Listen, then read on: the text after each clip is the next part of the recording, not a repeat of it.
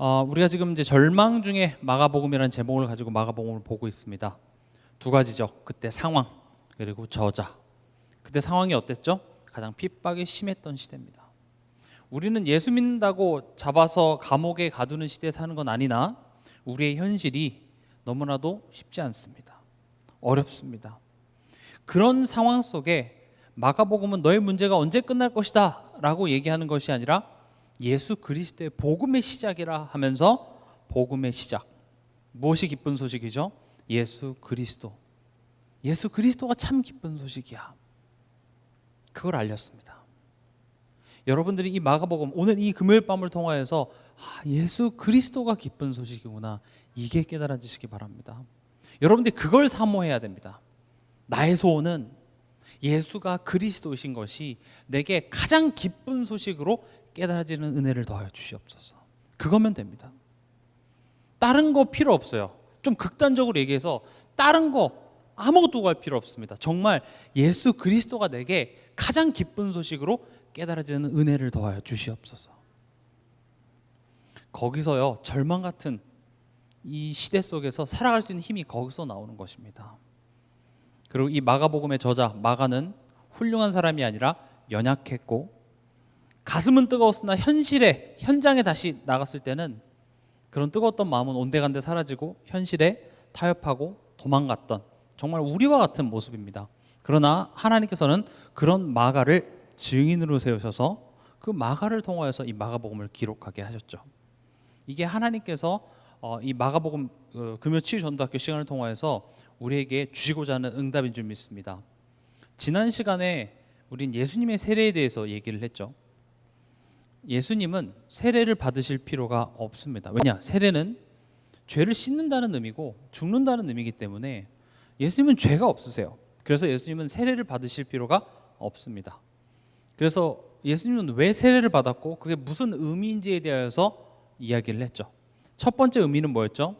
예수님이 이 세상에 오신 참 왕, 참 제사장, 참 선지자이신 그리스도가 바로 예수다라고 선포하는 것이 바로 예수님의 세례의 의미였습니다. 또 두 번째, 이 예수님이 세례를 받으시는 이 과정이 결국 우리가 구원을 받고 평생 영원히 걸어가야 될 우리의 언약의 여정의 모델로 이 세례를 우리에게 보여주시는 것입니다. 예수님이 물에 들어가시고 물에 나오십니다. 다른 마태복음, 누가복음 이런 데서는 예수님이 그냥 세례를 받으시고 라고 표현되어 있지만 마가복음만큼은 세례를 받으시고 물에서 올라오셨다 이렇게 구분을 짓습니다. 그리고 예수님이 물에 들어가셨다가 나왔을 때 어떤 일이 벌어지죠?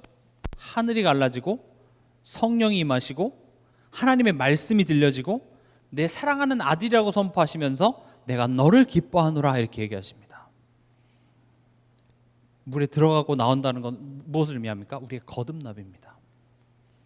예수님이 나사렛 목수로서 살았던 이제 그 예수님이 아니라 이제는 정말 그리스도로 본격적으로 그리스도의 사역을 시작하시는 그 시작점이 어디서부터 시작돼요? 이 물에 들어갔다가 나오면서부터 시작됩니다. 이스라엘 하나님의 백성이지만 애굽의 노예였던 이스라엘 백성들이 출애굽을 했지만 어디를 거칩니까? 홍해를 거쳐서 물에 들어갔다 나오면서부터 본격적으로 뭐가 시작돼요? 광야의 시간이 시작되는 거죠. 우리는 그렇게 거듭남으로 말미암아 이젠 새로운 시대가 열렸고 새로운 삶이 시작된 겁니다. 어떤 삶이죠? 하늘이 갈라졌어요. 다시 말하면 하나님과 우리 사이에 막혔던 담이 무너지고 그리고 성령께서 내게 임재하신 것이죠.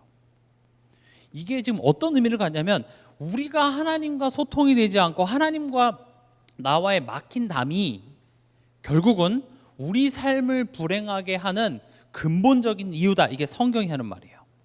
제가 자꾸 왜 이런 말을 하냐? 여러분들이 이 복음 메시지가 관념적으로만 자꾸 남아있으면 안 돼요.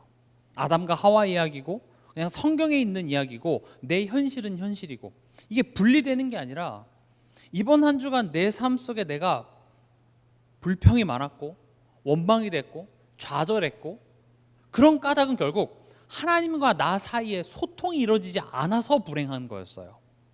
그래서 예수님께서는 그걸 이루시기 위해서 오셨고 예수님이 그걸 이루심으로 말미암아 이제 새 시대가 열린 거예요. 이제 하나님과 우리는 소통할 수 있어요. 누구를 통해서요? 예수를 통해서. 그리고 그런 소통이 회복된 우리를 전에는 피조물과 창조주 관계였는데 이제 뭘로 삼으셨어요? 내 아들로, 사랑하는 내 아들로 삼으시고 너를 기뻐하노라. 다시 말하면 우리가 하나님의 영광의 자리에 이르도록 우리를 인도하신다. 이게 예수님의 세례의 두 번째 의미였습니다. 원래 여기에 이제 지난 시간에 예수님이 광야에서 시험 받은 것까지 하려고 했는데 자꾸 길어져서 여러분들이 오히려 시험 받으실 것 같아서 거기서 자르고 오늘 이 부분을 이제 다시 따로 하려고 합니다. 오늘 말씀의 제목은 광야의 시간입니다.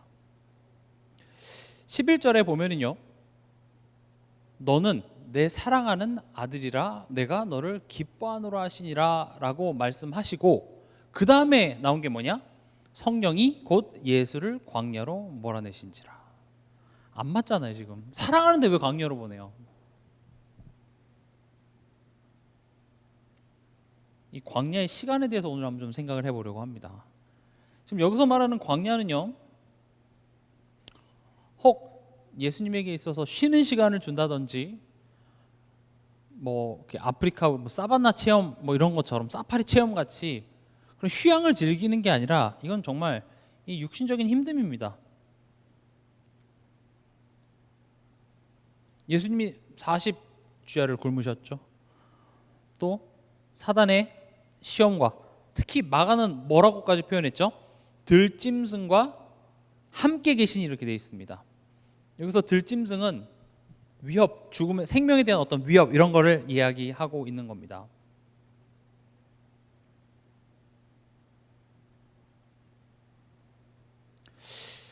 우리도 우리의 현실이 어렵습니다. 우린 예수 믿으면 모든 문제 해결자, 모든 문제 끝 이렇게 들어왔지만 막상 내가 예수를 믿었는데 내 현실 속에 이런 광야와 같은 육신적인 힘듦이 있고 내 믿음이 흔들리고 어떤 위협, 생계의 위협, 삶의 위협, 내 감정의 위협들을 우린 받아요. 그럼 우린 뭐라고 자꾸 질문하냐면 내가 뭘 더 하나님께 열심히 하지 못해서 지금 내가 이렇게 벌을 받는가? 우린 이렇게 생각을 해요.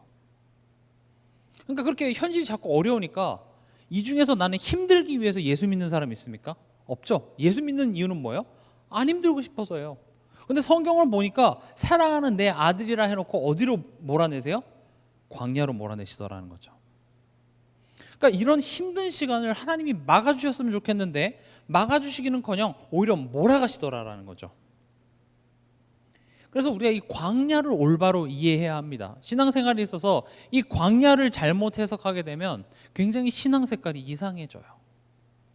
그래서 우리가 우리 삶 속에 마냥 좋지만은 않은 그런 상황들을 우리가 어떤 관점으로 보느냐, 오늘 마가는 이것을 통하여서 당시 성도들에게 이야기를 하고 있는 겁니다. 당시 성도들이 마주했던 현실이 어떤 현실이었죠? 이 핍박과 순교, 이게 현실이었습니다. 특히 이 들짐승과 함께 하시니라 이 부분에 있어서는 이때 당시 성도들은 더 와닿았어요. 왜냐? 이때 예수 믿는 사람, 그리스도인들을 어떤 식으로 핍박했죠? 경기장이나 이런 데 가둬서 그 들짐승, 사자나 그런 야생 동물들에게 밥으로 싸우게 하는 식으로 많이 죽였어요. 근데 잠깐만, 예수님도 그 사역을, 영광의 그 여정을 가는 데 있어서 무엇으로 시작하셨어요? 이 광야의 기간을 거침으로 시작하셨구나. 그러니까 당시 성도들은 굉장히 이런 현실들이 이해가 안 됐어요. 그냥 절망이잖아요. 하나님 나라 이런 이야기를 하니까 뭔가 우리 나라를 회복하고 하나님이 막 예수님이 병도 고치시고 막 기적도 행하시고 하니까 이제 그 예수님이 올라가시고 성령이 우리 안에 임하면 뭔가 대단한 일들이 많이 일어날 줄 알았는데, 그리고 실제적으로 어떤 그런 감동과 또 그런 기적들은 봤는데 지금 우리의 현실은 어때요?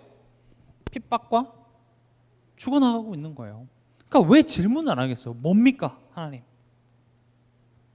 그래서 마가 얘기하는 겁니다. 예수님도 그 영광의 여정을 무엇으로부터 시작하셨다는 겁니까? 광야의 시간. 그래서 그걸 통해서 뭘 얘기하고 있냐면 지금 겪고 있는 환난과 어려움 앞에 절망하지 말라는 거예요. 낙심하지 마. 하나님은 실수하고 있지 않아. 오늘 이 마가가 이때의 성도들에게 지금 이 마가복음을 통해서 전달하고자 하는 그 메시지가 여러분들에게 전달되어지기 바랍니다. 어려움이 있습니까? 건강의 어려움, 경제적인 어려움, 사람과의 관계 어려움 있습니까? 절망하지 마십시오. 낙심하지 마십시오. 예수님은 이 땅에 오셔서 그 영광, 십자가 하나님의 영광을 이루시기 위한 그 여정을 보면 참혹했습니다. 그러나 그 참혹이 실패로, 절망으로 끝나는 것이 아니라 그 절망 속에 하나님께서는 새로운 것들을 행하십니다. 하나님이 하신 일을 보면요, 굉장히 다 모순이 돼요. 죽어야 살아납니다. 우린 죽으면 죽을 것 같아서 못 믿는다고 하는데 십자가는요, 죽어야 살아나는 거예요. 이게 복음의 비밀입니다. 그래서 우리 삶 속에 일어나는 문제와 어려움을 여러분 너무 두려워하지 마세요. 또 오늘 보면 예수님 40일을 광야에 계셨죠. 그 말은 끝이 납니다. 뭐가 우리를 가장 힘들게 하냐? 이 문제가 안 끝날 것만 같아요. 이 고통이, 이 아픔이 안 끝날 것만 같아요. 하나님이 여러분들에게 찾아오셔서 내년 요맘때쯤 끝납니다 하면 참을만 하다니까요. 근데 언제까지 참아야 되는데 그걸 안 알려줘요. 그리고 하나님은 계속 뭐라고 얘기합니까? 기다리래요. 성경에서 말하는 기다리라는 기도하라라고 번역하면 다 맞아요. 기도하래요. 나를 기대하고 내가 어떻게 이것을 가지고 너에게 가장 좋은 것으로 만들어내는지 내가 보게 할 거야. 근데 우리는 그걸 보지 못합니다. 하나님을 기대하지 않습니다. 그냥 하나님 없음의 자리로 돌아가서 그냥 내가 알아서 할게요, 하나님. 그런 경우가 많죠. 그러나 지금까지 우리를 여기까지 인도하신 것은 하나님의 끊임없는 인도와 역사 때문에 우리가 이 자리에 온 거예요. 우리는 그걸 사실 모르고 있습니다. 우리가 뭔가 잘 깨닫고 잘 붙잡고 잘 분별해서 여기까지 온 것 같습니까? 물론 그것도 필요한 능력이긴 하지만 하나님의 도우심이 훨씬 컸습니다. 하나님의 도우심 없었으면 우리 여기까지 오지도 못해요. 그 기억나시는 최근에 그 사건이 있었죠. 그 어디죠? 서울 시청이었나요? 거기서 어떤 한 노부부가 차로 이렇게 열댓 명 이렇게 치여서 사망한 그 사건이 있었죠. 전 그걸 보면서 참 인생이 그렇게도 갈 수 있구나. 나름 금융권에서 승진해서 기뻐서 같이 회식하고 나름 그래도 성공한 거잖아요. 인생의 목표를 이룬 거잖아요. 뭘 잘못했습니까? 그렇게도 갈 수 있어요. 우리 인생이 영원할 것 같지만 사실은 하나님이 불러가시면 한순간입니다. 우리가 지금 오늘을 살아가고 있다는 것은 우리가 인지하지 못하지만 하나님의 엄청난 인도와 도우심 속에 우리는 살아가고 있습니다.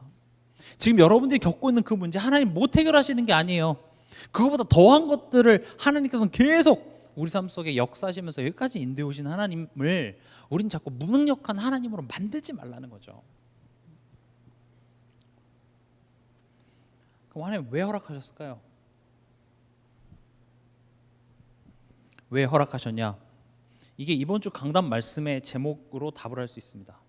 확신 있는 사람으로 세우시기 위해서입니다. 확신이 뭐죠? 신은 믿을 신자고 확은 흔들리지 않는다라는 말입니다. 다시 말하면 이 믿음이 견고한 상태. 믿음이 흔들리지 않는 거예요. 무엇에 대한 믿음이죠? 사실 이 믿음이란 단어는 그 믿음이란 단어보다 더 중요한 게 목적어가 더 중요합니다. 주어는 뭐죠? 내가 믿는 거고요. 내가 뭘 믿는 거예요? 우리는 하나님을 믿는다고 얘기합니다. 예수님을 믿는다고 얘기합니다. 그러나 사실은 우리가 믿는 그 믿음의 내용은요, 가만히 보면 내가 원하는 거예요. 뭘 원하냐? 내가 하나님 없었을 때 결핍됐던 것들을 하나님이 들어주시면 그게 나를 행복하게 하고 기쁘게 할 것이라고 나는 믿어요.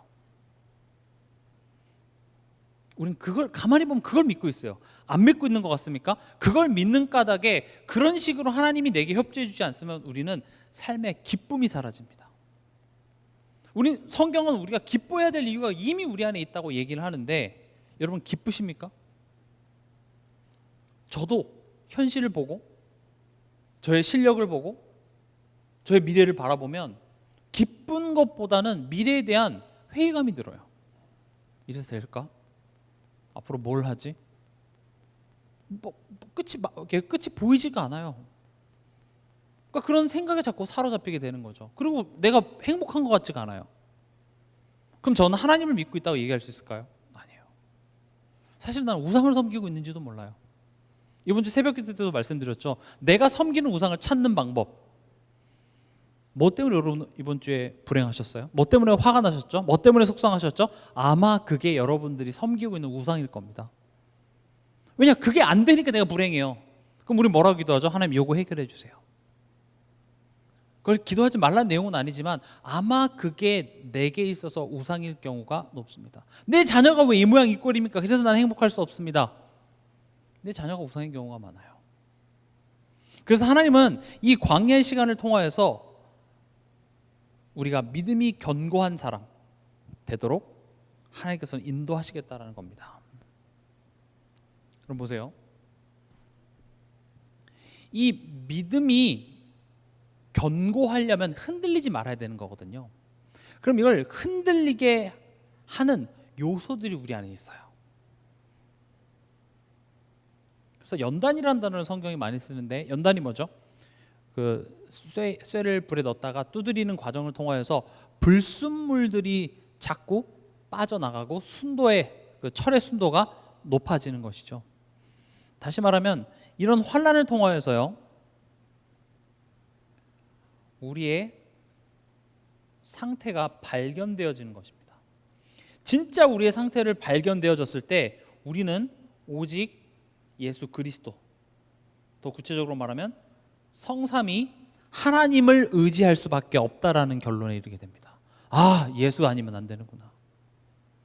지금 내 상태를 올바로 알지 못해서 우리가 이것저것 구하게 되는 거예요. 정말 내 상태를 알면 그의 나라와 그의 의밖에 구할 게 없어요.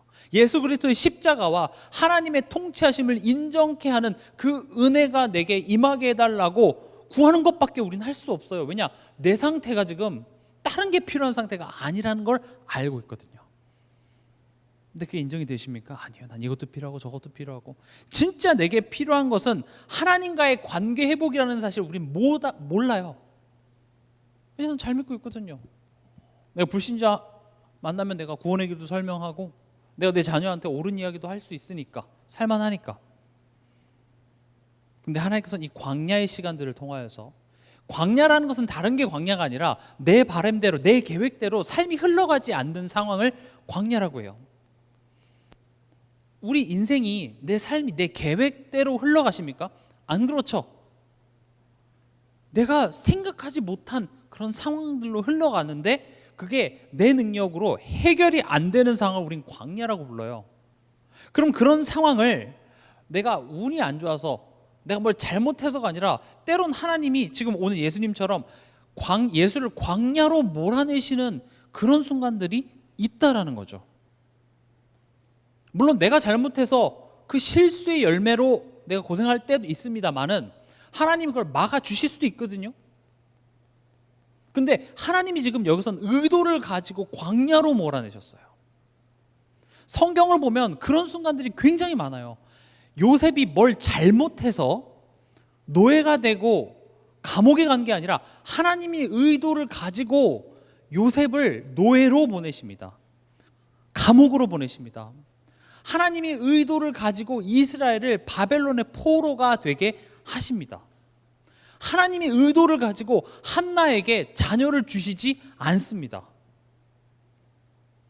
가만히 보면 나를 힘들게 하는 배후의 세력이 사단인 경우보다 하나님의 의도를 가지고 내가 원하는 것을 뺏어가시거나 주지 않는 경우가 성경은 더 많아요. 근데 우린 그런 부분들에서 질문하기보다는 그냥 예수를 믿으면 모든 내가 원하는 걸 다 잘되게 해주시는 그런 하나님을 우상쯤으로 우리는 생각하고 있다는 것이죠. 근데 하나님은 그런 현실들을, 그런 광야를 통하여서 진짜 우리의 상태를 대면하게 하세요. 어떤 상태요? 나는 예수가 필요한 사람이구나. 이걸 우리처럼 깨닫게 하세요. 여러분들은 예수가 필요합니다. 우린 예수가 필요해요. 하나님의 은혜가 필요한 사람입니다. 그걸 언제 깨닫습니까? 내가 돈이 필요하다고 돈을 많이 벌고 그러던 어느 날 그 많던 돈을 다 탕진하고 그 내가 믿었던 것들이 내게 배신을 가져다줘서 낙심 가운데 있을 때 그제서야 하나님의 은혜가 필요하네. 나 자신은 그렇게 믿었는데 어느 날 병원에 가서 건강검진을 받았는데 내 힘으로 해결할 수 없는, 현대의학으로 해결할 수 없는 그런 병 앞에서 이건 내 힘으로 되는 게 아니구나. 내가 어렸을 땐 자녀를 잘 키워보려고 과외도 시키고 그렇게 자녀한테 좋은 것만 보여주고 나같이 살지 않게 하기 위해서 그렇게 했는데 어느 날 내 자녀가 영적인 문제에 시달리는 그 장면을 보면서 하나님의 은혜가 필요한, 인간은 하나님의 은혜가 필요하구나. 그걸 그제서야 깨닫습니다. 우리의 상태는요, 우리의 신분은 하나님의 자녀입니다. 그러나 우리의 체질이 여전히 죄인의 체질입니다. 더 쉽게 말하면 이스라엘 백성들이 애굽에서 출애굽해서 자유인이 됐지만 여전히 광야를 어떤 체질을 갖고 살아갑니까? 노예 체질을 갖고 살아가는, 이 두 가지가 공존하는 그 상태를 우리가 정말 안다면 더욱더 우리는 하나님을 바라볼 수밖에 없죠. 이 노예 체질을 어디서 잘 설명하고 있습니까? 창세기 3장입니다. 여러분들 항상 창세기 3장을 통하여서 내 자신이 점검돼야 됩니다. 이 노예 체질은 다시 말하면 죄성이라고 얘기할 수 있습니다. 죄는 어디서부터 시작됐죠? 사단입니다. 창세기 3장은 누구를 소개함으로부터 시작합니까? 사단. 뱀을 소개하면서부터 시작되죠. 이 사단이 어떻게 합니까? 인간에게 불신을 심어 넣습니다. 우리의 마음과 생각에. 그리고 뭐에 대한 불신입니까? 그냥 부정적인 생각이 아니라 하나님에 대한 불신입니다. 죄는요, 마음에서부터 시작됩니다. 어떤 내가 행동을 했고 염려했고 걱정했고 그런 행동도 물론 죄에서 파생된 열매라서 그게 죄가 아니다라고 얘기할 수는 없으나, 예수님이 성경을 통해서 지금 계속 얘기하고자 하시는 게 뭐냐, 그 우리 삶 속에 일어나는 여러 가지 죄의 열매의 본질이 어디에 있냐, 결국은 하나님을 불신하게 하는 우리의 마음 생각, 그걸 누가 심어요? 사단이 심어요. 그 결과 불신앙을 하게 됩니다. 그게 우리 행동으로 이어지죠. 여러분들이 지금 내 생각 속에 사단이 하나님을 불신하는 생각을 집어넣네, 이거 인지할 수 있을까요? 아마 잘 인지 못해요. 근데 뭘 통해서 알 수 있냐? 지금 내 삶 속에 내가 어떤 행동을 하고 있냐를 통해서 그게 감지가 돼요. 내가 염려하고 있어요? 두려워하고 있어요? 걱정하고 있어요? 그럼 내가 지금 염려하고 원망하는 이유가 뭐 남편 때문이 될 수도 있고 경제 문제 때문이 될 수도 있고 뭐 지금 현실의 어떤 그런 상황 때문에 나는 그것 때문에 나는 지금 불안해요. 그것 때문에 화가 나요. 그것 때문에 나는 분노가 사그라들지 않아요 라고 우리는 판단을 하지만, 성경은 애초에 너의 마음속에 사단이 불신을 집어넣어서 그래 라고 얘기를 하고 있어요. 근데 이 말이 어떻게 들릴 수 있냐면, 네 잘못이야. 예를 들어서 남편이 나한테 뭐라고 해서 내가 지금 화가 난 상태예요. 이건 아무리 봐도 배심원단이 있으면 배심원 10명이 다 내 편을 들어줄 만한 상황이에요. 그래서 이건 남편이 잘못한 거거든요. 근데 제가 사단이 우리 마음에 불신하는 생각을 집어넣어줘서 당신이 지금 원망하고 있습니다 라고 하면 그게 어떻게 들리냐면, 네 잘못이야 라고 들려요. 그래서 화가 나요. 머리는 아는데 인정이 되지 않아요. 이게 왜 내 잘못이야? 남편이 잘못했지. 남편 잘못한 거 맞습니다. 지금 이건 자잘못을 따지려고 하는 게 아니라 결국 이 불신의 생각은 어디서부터 비롯되냐면, 하나님은 실수하셨어요. 하나님 이거예요. 지금 이 현실, 이 상황에 대하여서 하나님은 뭐 아무것도 할 수 없으셨나요? 이상을 미리 막으실 수는 없었나요? 그렇게 내가 하나님을 무능력자로 이미 내 마음속에 그렇게 딱 꼭 점을 찍었기 때문에 그 결과로 이 현실에 대하여서 원망, 낙심, 체념, 속단 이런 것들이 나오더라는 것이죠.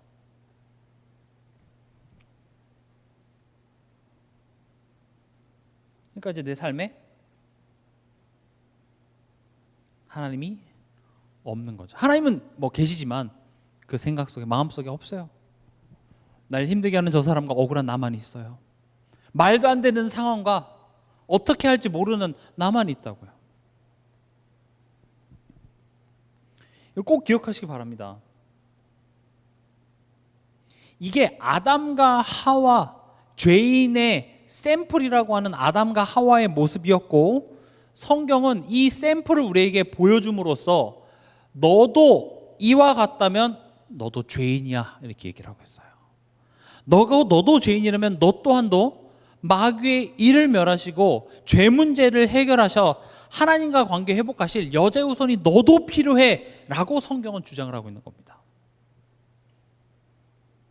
그래서 성경은 그 창세기 3장에다가 지금 아담과 하와 신화를 써놓은 것이 아니라 가만히 보면 아담 때문에 내가 억울하게 지금 지옥 가게 생긴 게 아니라 내가 아담이에요. 내 모습인데 우리가 죄인인 거예요. 그러니까 하나님 없음이 결국 하나님을 우상화시킵니다. 하나님을 우상화한다라는 건 무슨 말이냐? 우상엔 특징이 있습니다. 우상은 나를 향한 뜻이 없습니다.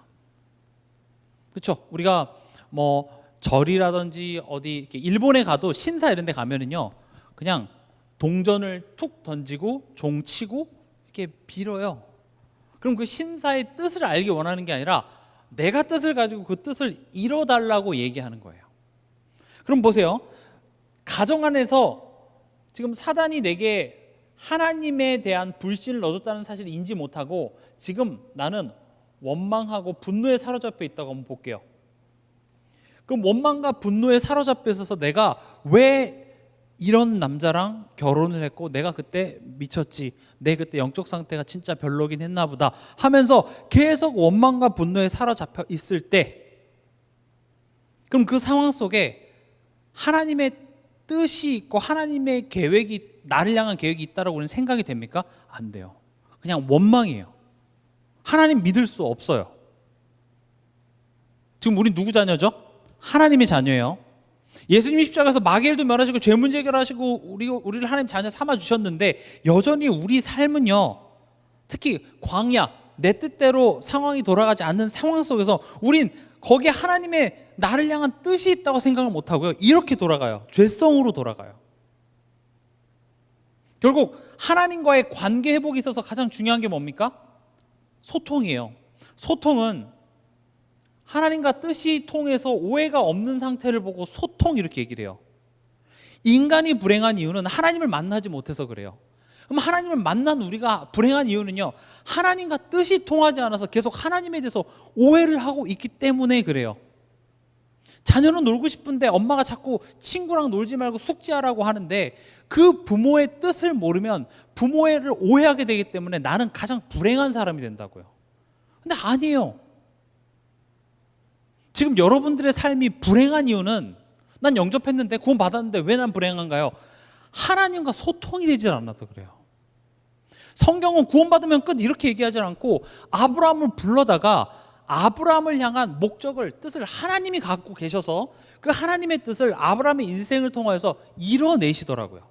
근데 그 일어나는 여정들이 아브라함을 항상 기쁘고 좋고 편하게만 해주는 게 아니라 오히려 반대로 아들을 준다고 해놓고 주질 않아요. 그럼 언제 줄 건데요? 말도 안 해요. 약속은 계속 하시면서 주질 않는 그런 현실 속에서 아브라함은 뭐 할 수밖에 없어요? 하나님의 뜻을 모르니까 오해할 수밖에 없다고요. 하나님은 아들을 주는 것은 어려운 게 아니에요. 이따 뒤에서 또 말씀드리겠지만 하나님이 애초에 하고자 하는 것은 우리와의 관계 회복이에요. 신뢰 회복이에요. 내가 준다고 했으면 그 하나님이 주신 하나님으로 내가 믿고 일어나서 그 현실을 살아가는 건데 못 믿어요.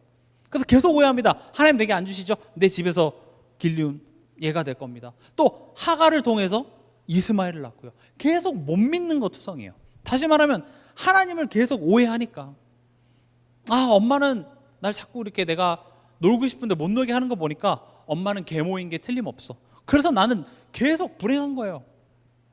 그럼 엄마가 내일 아침도 안 해줄 수도 있겠네 하고 내일 아침 걱정하고 있는 그런 모습이죠. 당연히 하나님에 대해서 오해하니까 이 불안이 찾아올 수밖에 없어요. 자녀가 부모에 대해서 오해한다고 생각해 보세요. 불안해요. 그래서 대부분의 정신 문제는요, 이 불안이에요. 하나님을 오해했기 때문에 이 불안과 두려움이 계속 생기는 거예요. 그러나 그 하나님을 안다면, 나를 향한 하나님의 마음을 우리가 확인하고 그 하나님이 내 인생을 실수 없이 이끌고 가신다는 그 하나님의 뜻을 내가 알아서 하나님과 오해가 없으면, 지금 당장 이 상황이 그렇게 유쾌하진 않더라도 하나님의 뜻이 통하기 때문에 그럼 힘을 달라고 얘기를 해요. 그걸 기대하게 되어 있습니다. 하나님의 역사심을 내가 기다리겠습니다. 하나님 내게 힘을 주시옵소서.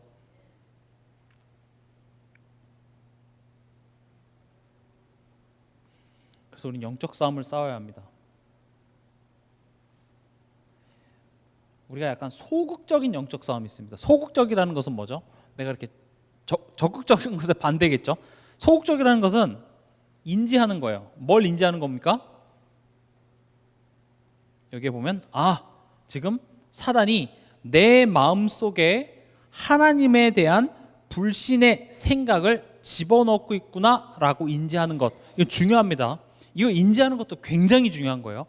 지금 사단이 내 마음속에 하나님에 대한 불신을 집어넣고 있구나. 내 인생에 대하여서 미래가 막막하십니까? 이것은 과거에 내가 그런 선택만 하지 않았으면 이렇게 생각할 것이 아니라 지금 사단이 내 인생을 이끄시는 하나님에 대하여서 불신하는 생각을 집어넣구나라고 내가 인지하는 것. 여기서부터 영적 싸움이 시작됩니다. 이거는요, 저도 한 주간 제 자신을 객관적으로 이렇게 살펴보면 끊임없이 사단은요, 하나님에 대한 불신을 자꾸 집어넣어요. 근데 집어넣었다는 사실은 모르고 집어넣은 결과 제가 불평이 많아져요. 불만이 많아져요. 모든 것에 비판적이게 돼요. 하기가 싫어요. 회의적이에요. 근데 그런 상황 속에서 그렇지. 지금 내가 하나님을 못 믿고 있네. 이게 소극적이에요. 그럼 적극적인 영적 싸움은 뭡니까? 성삼위 하나님을 의지하는 겁니다.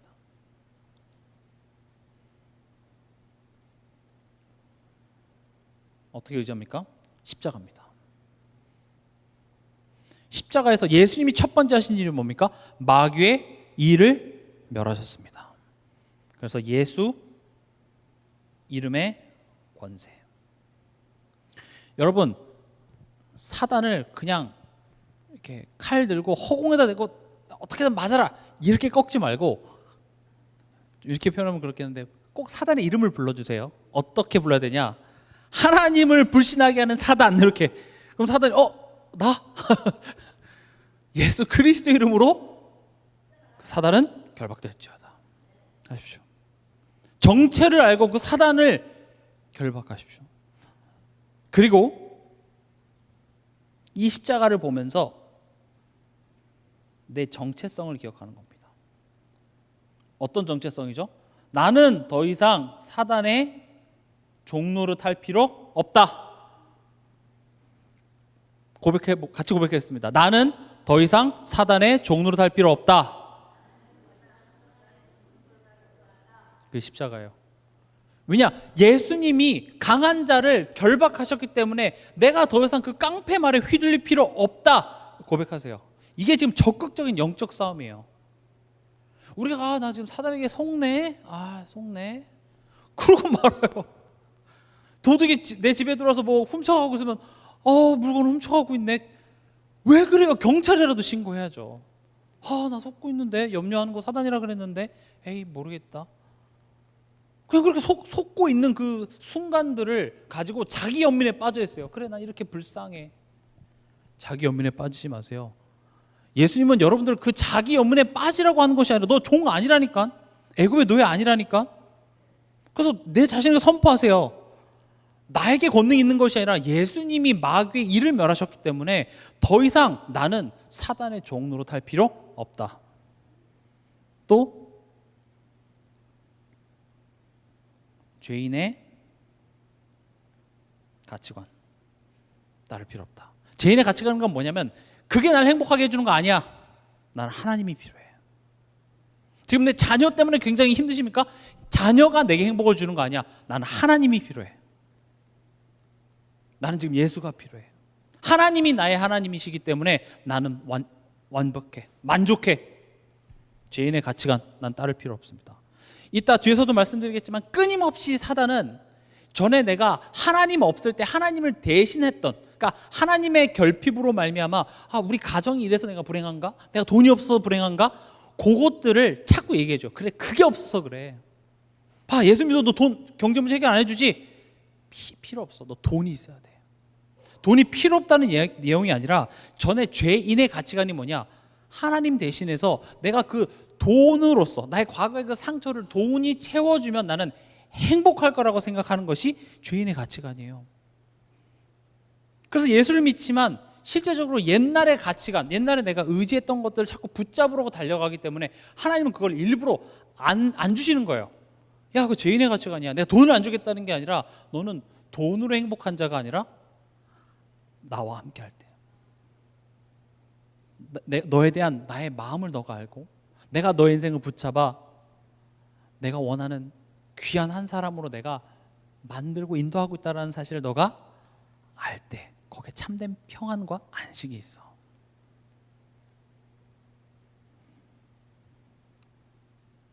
그리고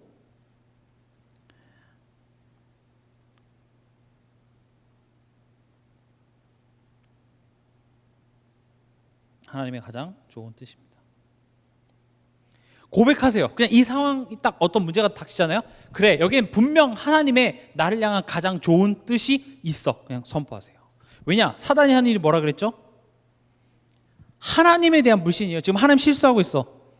하나님 이거 먹으면 너네도 하나님처럼 될까봐 지금 좋은 거 하나님 못 안 주려고 하나님 너한테 거짓말 한 거야 라고 하나님에 대한 불신을 사단이 하는 거라면 사단이 거짓말 하네라고 인지하는 게 아니라 오히려 그 반대를 해야죠. 아니야, 하나님이 여기에 내게 좋은 뜻이 있어. 하나님 실수한 거 아니야.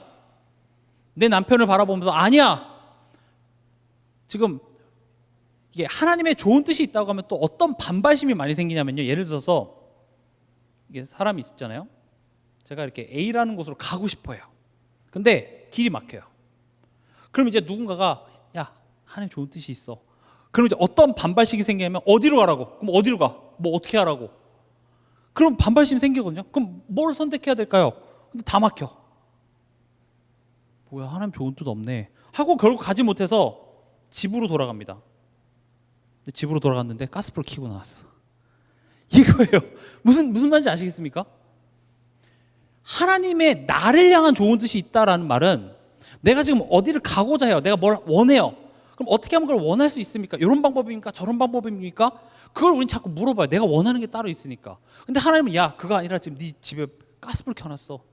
다시 말하면 지금 내가 갱신하고 내가 지금 치유받아야 될 게 사실은 있어요. 근데 이런 상황 속에서 네 잘못이야 라고 받아들이지 마시고, 그건 남편이 아무리 봐도 잘못한 건데 왜 자꾸 제 잘못이라고 얘기합니까? 이런 식으로 받아들이지 마시고, 우리는 하나님 앞에 완벽합니까? 부족합니까? 부족해요. 그럼 하나님 앞에 나는 부족합니다 고백하는 거 자존심 상하세요? 아니죠. 그래, 하나님이 날 깨닫게 하시는구나. 집에 돌아가 보세요. 내 영적 상태를 한번 점검해 보세요. 가스불 켜놨습니다. 소고기 지금 물 설거 아저씨가 전화 받으려고 물 켜놓고 지금 나온 거예요.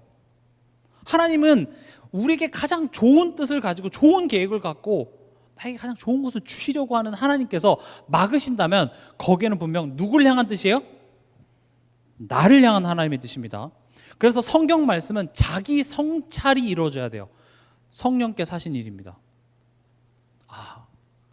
나에게 주시는 말씀이구나. 성경 볼 때도 이렇게 내가 바울이구나 이렇게 하지 마세요. 우린 대부분 유대인 중에 한 명의 경우가 많고요, 바리새인 중에 한 명의 경우가 우린 대부분이에요. 자꾸 내 자신을 갱신케 하시고 빛으로 나오게 하시는 하나님의 음성 앞에 내가 갱신하면 된다니까요. 내가 그렇게 갱신하는데 여전히 날 힘들게 하는 그 사람이 있어요? 이 시스템이나 이런 게 바뀌지 않아요? 그건 스스로 자멸할 거예요. 내가 그걸 복수할 필요 없어요. 오히려 하나님께서는 그런 때로는 사단의 시험을 가지고도 나를 연단하신다라는 것을 성경은 보여주고 있습니다. 그래서 제가 쉽게 얘기한 게 나는 내 자리를 지키면 돼요. 뭐 바깥에서 소리가 어쩌고 뭐 교단이 어쩌고 교회가 어쩌고 뭐 누가 목사님이 어땠고 나는 내 할 일을 하면 돼요. 제 이야기를 하자면 저도 한때 좀 복잡한 그런 게 많았어요. 왜 그럴까 저럴까. 근데 그런 상황에서 그걸 비판하는 것은 아무런 영향가가 없다는 사실을 하나님께서는 알게 하셨어요. 오히려 그걸 저를 향한 메시지로 깨달았어요. 그래, 그러면 나는 내게 허락하신 교회 현장에서 하나님께서 하라고 하신 그 일을 하자. 그래서 성경을 가지고 뜻을 풀어서 예수에 대해서 더 풍성하게 얘기하자. 왜 예수에 대해서 얘기하지 않지? 왜 복음에 대해서 얘기하지 않지? 그거 불평하지 말고 그럼 나는 내 할 일을 하자는 거예요. 그거면 돼요. 나를 향한 메시지를 계속 받으면 돼요. 왜 남편은 안 바뀌죠? 왜 내 자녀 안 바뀌죠? 그건 하나님이 하실 일이에요. 그럼 그런 상황 속에서 나를 향한 메시지를 찾고 내가 그 앞에 서면 돼요. 근데 놀라운 거는요, 내가 그렇게 바뀌는데 내가 바뀌는 것을 보고 바뀌어요. 우리 항상 뭐라고 얘기하죠? 바꿔주면 바뀔게요. 하나님 이 환경 바꿔주면 내가 바뀔게요. 아니에요. 내가 바뀌면 하나님께서는 나를 통하여서 우리 가정을 바꾸십니다. 순서가 그렇게 돼요. 왜냐? 하나님은 누구에게 관심이 있어서 그래요? 나에게요. 언제 5천 종족이 살아나고 언제 237개 나라가 회복되냐? 내가 바뀔 때입니다. 내가 하나님께서 심어놓은 가정이라는 현장 속에서 내가 그 소금이 되는 거예요. 세계복음화는 뭔가를 하자는 게 아니라 되는 겁니다. 계속 강조드리죠. 우리는 하나님께 뭔가를 하려고 해요. 하나님은 우리의 도움을 필요하지 않아요. 되면 돼요. 한 사람이 되는 겁니다. 어떤 사람입니까? 우리 마가복음에서 받아야 될 응답이죠. 예수 그리스도가 내게 가장 기쁜 소식으로 깨달아지는 한 사람이 되면 됩니다. 소금이 내가 짠맛을 내려고 모래가 아무리 노력해도 짠맛은 나지 않습니다. 소금이 되면 됩니다. 어떻게 소금이 되죠? 하나님과 그 깊은 소통이 이루어질 때 우리는 소금이 되는 것이고, 소금이 되면 짠맛을 내가 내려고 노력하지 않아도 짠맛은 나게 되어 있습니다. 그래서 요셉의 스토리 중에서 가장 중요한 구조 중에 하나가 뭡니까? 여호와께서 요셉과 함께 하심으로 요셉이 형통한 자가 되어예요. 요셉이 애굽 복음화를 위해서 어떤 능력을 갖추고 어떤 전략을 갖고 뭘 했더니 아니라 형통한 자가 됐습니다. 땅끝까지 내 증인이 되라 그랬습니다. 그럼 가정 복음 언제 주실 겁니까?가 아니라 증인 되라.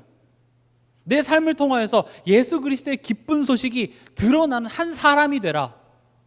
그게 신앙생활입니다. 그 싸움을 하는 겁니다. 쉽지 않을 겁니다. 쉬우면서도 쉽지 않습니다. 왜냐? 내가 진짜 그 한 사람이 돼야 되니까. 선생이 아니라 내가 그 한 사람이 돼야 되기 때문에 정말 내가 그 한 사람이 된다면 쉬운 거지만 또 동시에 특히 가정 안에서는 그게 쉽지 않을 겁니다. 왜냐? 내 진짜 실력을 알거든요. 어디 타 지역에 가서 전도하는 거는 어렵지 않아요. 왜냐? 그 사람이 내 히스토리를 몰라요. 내가 어떤 습관이 있고 어떤 안 좋은 그런 버릇이 있는지 모르니까 그냥 복음만 이렇게 얘기하고 오면 되는데 내 남편에게 복음 전하는 거 쉽지 않아요. 다 드러나거든요. 그래서 진짜 내가 그 한 사람이 될 때 하나님께서 나를 통하여서 바꾸실 줄 믿습니다. 그리고 성령 하나님께서 부활의 능력으로 내 죽은 몸도 살려주시옵소서. 로마서 8장에 나오죠. 예수를 죽은 자 가운데서 살리신 이의 영이 너희 죽을 몸도 살리시리라. 뭐가 죽은 몸이죠? 하나님 없는 상태. 성경에서 죽었다라는 것은 하나님과의 관계의 단절, 하나님 없음의 상태를 죽음이라고 얘기해요. 그럼 우리의 죽을 몸은, 우리의 삶은요, 무슨 문제, 사건만 생기면 하나님 없는 이 상태로 자꾸 돌아가는 것이죠. 그걸 우리의 의지와 결단으로 할 수 없습니다. 성령께서 부활의 능력으로 또 내가 마땅히 간구해야 될 것을 기도하지도 못하지만 하나님께서는 말할 수 없는 탄식으로 우리를 위해 기도하고 계십니다. 그 말은 뭐죠? 여러분들이 역사해 달라고 기도하지 않아도 성령께서는 역사하고 계신다. 그러나 왜 그럼 역사해 달라고 기도해야 되냐? 그것을 인지하는 겁니다. 성령께서 역사해 주셔야만 합니다. 오늘 밤에도 그거 기도하는 겁니다. 지금 이 시간에 성령께서는 여러분들의 가정과 자녀와 산업 현장에 역사하고 계십니다. 근데 그걸 우리로 기도하게 하는 이유가 뭐냐? 성령께서 역사해 주셔야만 한다라는 사실을 내가 의지하는 그 한 사람이 되기를 원하기 때문에 그렇습니다. 내가 내 자녀를 바꾸려고 하고 내가 어떻게든 이 문제를 해결해 보려고 하는 그 해결의 주체가 자꾸 나이기 때문에 우린 좌절밖에 안 되죠. 왜냐? 우리는 그런 능력이 없거든요. 그래서 자꾸 고함만 지르게 되고 그리고 포기하게 되죠. 그러나 성령께서 역사하고 계시고 성령 역사하시면 됩니다. 그걸 우리 입으로 고백하는 한 사람이 되길 원하는 것입니다. 그럼 마태복음 4장 1절에서 11절은 이제 예수님이 지금 마가는 예수님이 그냥 이 두 절로 끝내죠. 광야에 몰아내시고 광야에서 40일을 계시면서 사단에게 시험 받으시고 들짐승과 함께 계시니 천사들이 수종 들더라. 그래서 마가는 예수님이 뭐 시험에 통과했다 안 통과했다 사단이 이겼다 졌다 이런 이야기를 하지 않습니다. 왜냐? 여기서 끝이 아니라 이제부터 예수님이 본격적으로 그 사단의 일을 멸하시는 그 스토리가 계속 이어질 것이기 때문에 마가는 여기서 이렇게 끝을 내지 않아요. 마태는 이 예수님이 시험 받으시는 장면을 구체적으로 보여주고 있습니다. 그래서 우리 마태복음 4장을 함께 보도록 하겠습니다. 마태복음 4장 1절에서 4절입니다. 지금 예수님이 시험을 받으시는 이유는 우리가 이 땅에 살면서 겪어야 될 그 시험들을 모델로서 지금 보여주고 계시는 겁니다. 예수님이 뭔가 이렇게 자격을 갖춰야 돼서 시험에 통과해야지만 너가 그리스도 노릇할 수 있어 이게 아니라 우리가 이 세상에서 겪어야 될 내용들에 대해서 예수님께서는 자 이렇게 해야 돼. 그래서 지금 본을 보여주시는 것이죠. 마태복음 4장 1절에서 4절에 보면은요. 시간 관계상 다 읽지는 않겠으나 여러분들 쭉 같이 보시면은 첫 번째 시험입니다. 어떤 시험이죠? 예수님의 지금 상태가 40일 동안 줄이시고 배고픈 금식한 상태입니다. 그때 3절에 마귀가 이렇게 얘기합니다. 시험하는 자가 예수께 나와서 이르되 네가 만일 하나님의 아들이어든 명하여 이 돌들로 떡덩이가 되게 하라. 여러분들에게 질문하겠습니다. 이 3절에서 틀린 말 하나라도 있습니까? 네가 만일 하나님의 아들이거든 맞죠? 돌들로 떡덩이가 되게 할 수 있습니까? 없습니까? 이게 뭐 복음에 반대되는 겁니까? 잘못된 게 아무것도 없어요. 근데 예수님이 지금 뭐라고 대답하시냐면 4절에 일단 시작을 기록되었으되라고 대답을 하십니다. 그 말은 뭐냐면 말씀입니다. 기록됐다라는 것은 성경이죠. 지금 이 세 가지 시험을 예수님은 어떻게 이기시냐? 지금 사단의 어떤 소리, 마음에 주는 그런 생각을 하나님의 말씀으로 이겨내세요. 이게 포인트예요, 사실은. 그래서 제가 최근에 성경 구절이 내 마음속에 있어야 된다고 얘기하는 것이 끊임없이 사단은 이런저런 상황과 현실을 가지고 내게 옳은 소리를 할 거예요. 근데 우리는 그런 옳은 소리로 살아가는 게 아니라 하나님의 말씀으로 살아가야 돼요. 그래서 지금 얘기하는 거예요. 예수님이 뭐라고 했냐? 사람이 떡으로만 살 것이 아니다. 감사합니다, 예수님. 떡으로 살 것이 아니라 떡으로만이라고 얘기해줘서 떡 먹어도 괜찮아요, 빵 먹어도 괜찮아요. 그게 필요 없다가 아니라 지금 애초에 예수님이 떡으로만 살 것이 아니라고 대답한 까닭은 사단이 지금 하는 뉘앙스 자체가 너 지금 떡이 없어서 힘든 거야. 떡이 필요해 너의 인생엔. 그러니까 예수님이 뭐라고 얘기하는 거야? 떡으로만 살아가는 게 아니야. 지금 이 40일 동안 어떤 육신의 굶주리심과 배고픔이 우리가 현실을 살아가는 데 있어서 풍요롭지 않고 뭔가 그런 결핍이 있을 수 있어요. 그런 결핍 속에 내가 떡만 있으면 만족할 거라고 사단이 내게 얘기해 주는 것 굉장히 현실적인 이야기입니다. 당장 다음 달에 내가 빚을 갚아야 되고 다음 달에 내가 내 자녀를 위해서 뭔가 지출을 해야 될 상황이 있는데 내 지금 수중에 돈이 없어요. 그러면 사단이 와서 야, 돈 필요하잖아. 틀린 말 아니거든요. 근데 그 돈을 구하지 말라는 이야기가 아니라 내 마음속에 그래 그 돈만 있으면 되겠다라는 마음이 생기더라는 거죠. 그 말은 일하러 가지도 말고 돈을 구하지도 말라는 말이 아니라 지금 예수님은 그런 수많은 생각 속에 뭐를 떠올리신 거예요? 기록되었을 때 하나님의 말씀을 떠올리는 거예요. 왜냐? 하나님께서 모르시지 않아요. 하나님 지금 내가 무엇을 필요로 하고 내가 무엇을 먹을까 무엇을 입을까 무엇을 마실까 걱정하지 말라라는 말이 알아. 근데 지금 너가 그걸 갖고 걱정하는 것 자체가 이방인같이 굴어. 그건 이방인이 하는 기도다. 다른 기도를 얘기하는 게 아니라 넌 내 자녀야. 아빠 없는 자같이 굴지 마. 이렇게 얘기하는 것이죠. 그러니까 지금 사단이 하는 일이 똑같아요. 창세기 3장이 하는 그거랑 똑같아요. 하나님에 대한 불신이에요. 결국 하나님이 필요하다가 아니라 뭐예요? 떡이 없어서 불행하구나. 이 떡에 다른 거 다 넣으시면 됩니다. 자녀 넣어도 되고요. 건강 넣어도 되고 다 넣어보세요. 그럼 그게 필요 없다는 내용이 아니라 그것만 있으면 내가 살겠다 이거죠. 두 번째로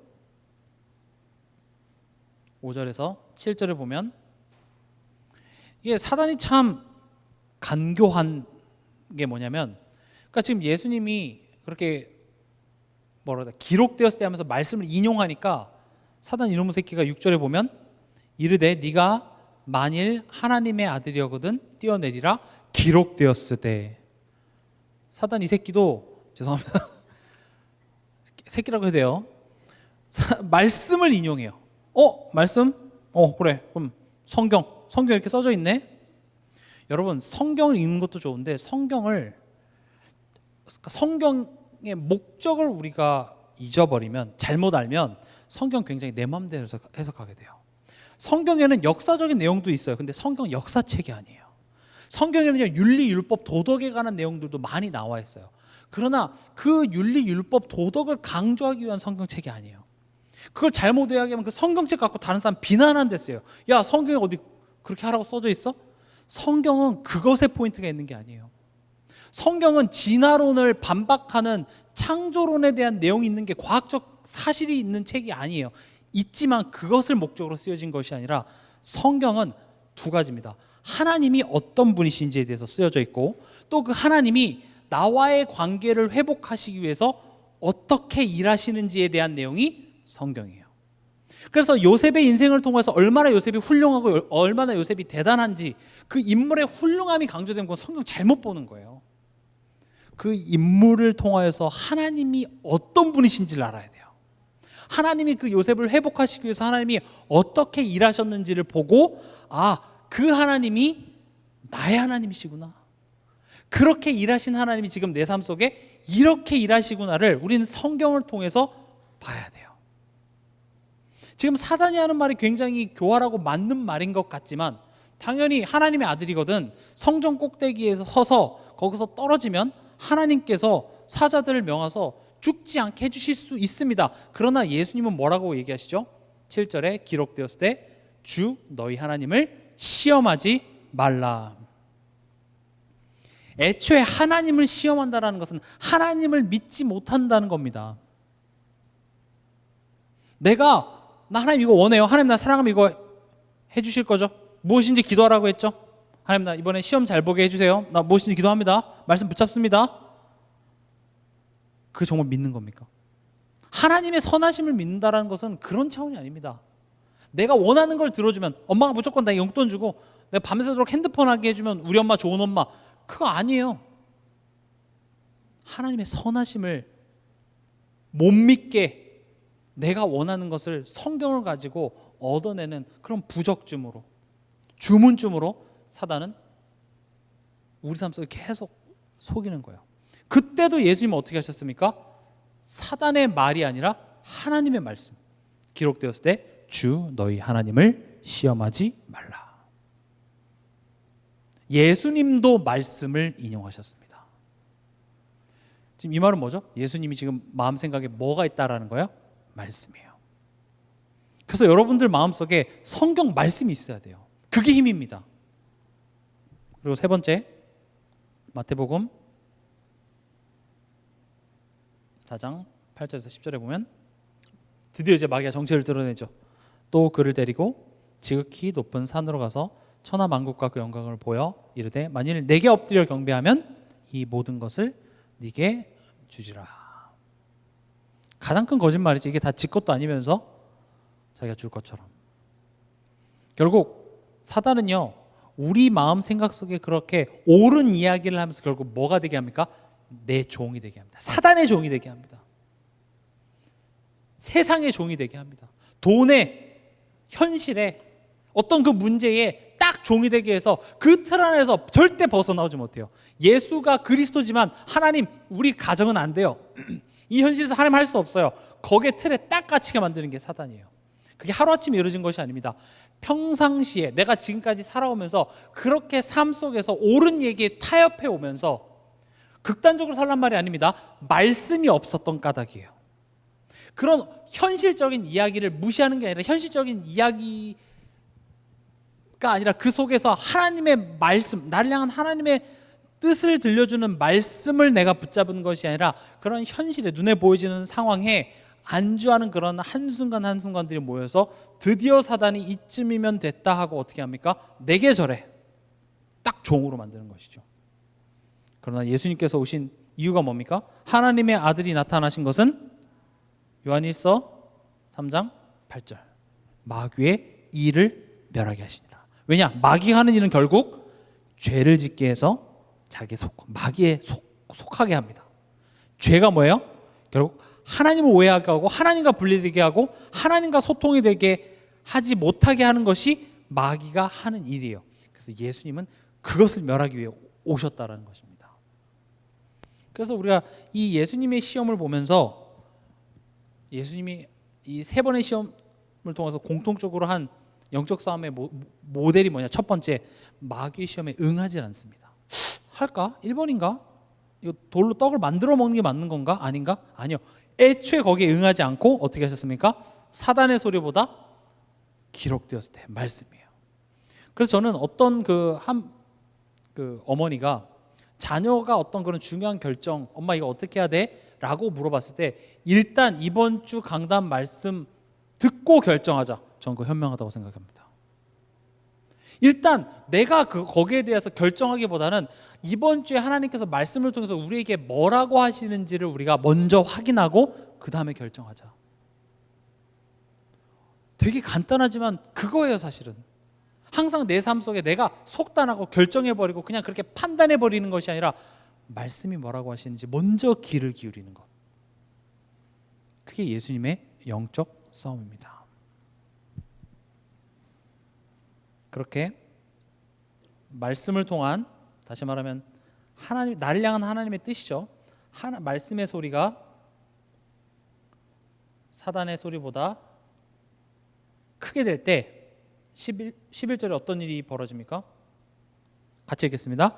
이에 마귀는 예수를 떠나고 천사들이 나와서 수종드니라. 아멘. 이때 여러분들을 혼미하게 하는 마귀가 떠나는 것입니다. 불신자들이야 정신 혼미케 하고 정신병 걸리게 하고 우울증 걸리게 하고 하지만 신자들에게 있어서는요, 와서 자꾸 이렇게 야금야금 하나님을 불신하게 하는 생각을 집어넣는데, 내가 하나님의 뜻, 이게 하나님의 뜻이야, 하나님의 뜻에 딱 귀를 기울일 때 마귀는 떠나는 겁니다. 마귀가 떠날 때 거기에 빛이 비춰집니다. 마귀가 떠날 때 옛것이 붙잡고 있었던 것이 새 것으로 회복이 되어질 줄 믿습니다. 말씀을 맺겠습니다. 광야의 시간은 하나님의 무능력, 하나님의 실수가 아니라 하나님이 본격적으로 여러분들을 확신 있는 자로 세우시기 위해서 하나님이 허락한 시간입니다. 그 시간은 여러분들에게 있어서 반드시 유익할 것입니다. 그 유익함이 머리로는 이해되나 여전히 내 삶이 힘들다면 그 하나님을 기대하면서 힘달라고 기도하십시오. 또 그 광야의 시간들을 통하여서 나의 믿음 없음이 드러났을 때, 내게 필요한 것은 성삼의 하나님이구나. 그래서 나는 십자가 외엔 다른 것을 붙잡을 필요가 없구나. 그 십자가에서 마귀의 일을 멸하시고 더 이상 난 사단의 종로로 탈 필요 없고 하나님 없었을 때 살았던 그 가치관을 추구할 필요 없는 나를 확인하고 그런 나를 치유하시고 세워가시는 하나님의 주권 안에 성령께서 부활의 능력으로 나를 세워가신 난 하나님의 자녀구나. 이거를 확인하는 것이 광야의 시간입니다. 여러분들에게 광야의 시간이 있습니까? 끝이 납니다. 성경은 그 환난을 경하다 이렇게 표현합니다. 뭐에 비교합니까? 앞으로 우리에게 올 장차 우리가 마주할 영광에 비하면 아무것도 아니다 이렇게 얘기합니다. 그래서 요셉이 첫째 므낫세 이름을 짓고 지난 날의 고통, 아픔을 잊게 하셨대요. 그게 어떻게 잊어질 수 있죠? 하나님께서 내게 베풀으신 영광과 은혜를 딱 보니 이 모든 것이 하나님이 허락하셨구나가 딱 되어지니까 어떻게 돼요? 문제 안 되는 거예요. 여러분들이 지금 겪고 있는 문제 끝이 납니다. 그리고 하나님의 그 시간표가 딱 이루어졌을 때 뒤돌아보면 여러분들은 감사밖에 할 것이 없습니다. 감사합니다. 지금까지 지내온 것 주의 크신 은혜라. 그게 회복될 때 여러분들의 삶은 천국으로 변하게 될 줄 믿습니다.